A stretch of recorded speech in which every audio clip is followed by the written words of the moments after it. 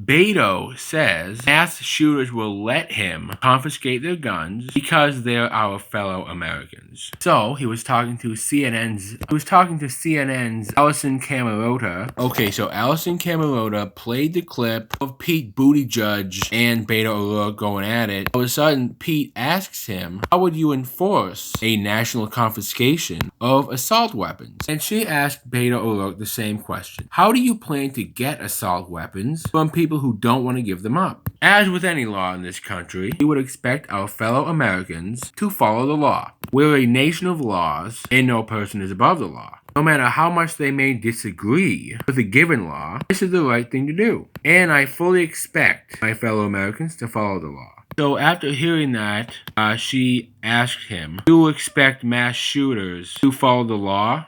He answered, our fellow Americans will follow the law. Yes.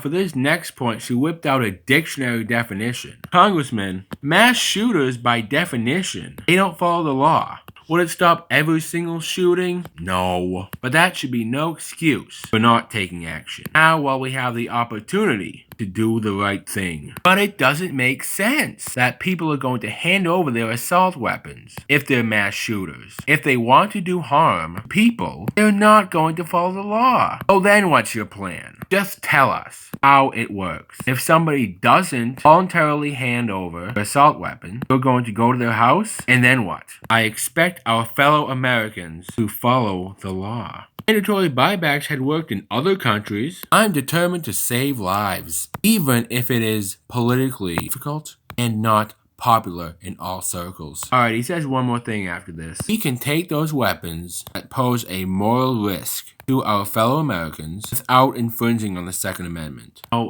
Now, I just read the last thing he said about taking away weapons that pose a moral risk. How are you going to take someone's weapon that causes a moral risk to our fellow Americans? How are you going to take a weapon like that away from someone without infringing on the Second Amendment? I can't wrap my head around that one. It doesn't make any sense to me. And we all know what weapons he's talking about when he says the weapons that cause a moral risk, pose a moral risk. Somehow, you're going to have to specifically know who is going to be a potential mass shooter. Okay, well, on the John Doyle meme page on Instagram, basically there's a picture of a truck, right?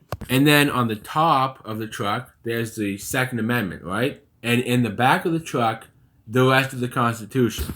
I don't know how else to tell you. It's literally alarming. It's alarming.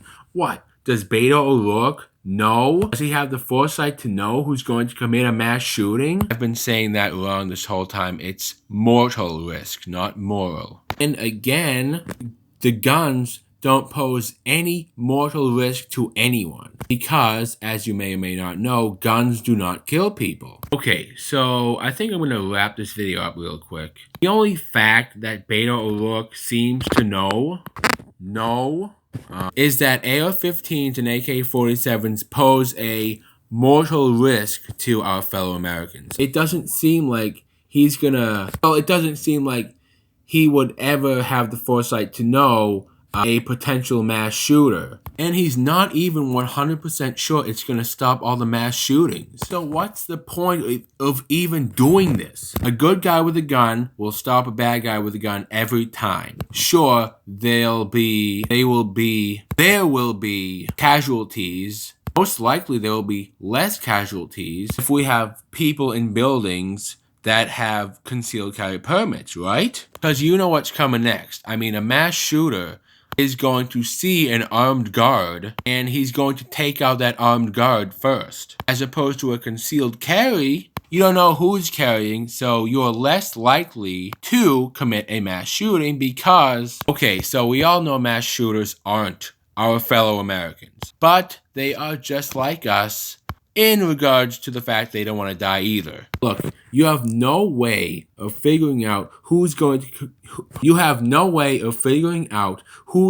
commit a mass shooting. God forbid another mass shooting happens. Beto O'Rourke's never going to become president, but let's imagine he does, and a mass shooting takes place. Now, you're going to have all these people who legally bought their firearms. You're going to have them in a panic because a police officer at any given time could show up at their door and say, okay, well, we're gonna take away your guns. I don't know, dude. I just don't see how this is gonna work. Look, unless you have some type of That's So Raven futuristic mind-reading abilities to predict who's going to commit the next mass shooting, taking away guns, it just won't work.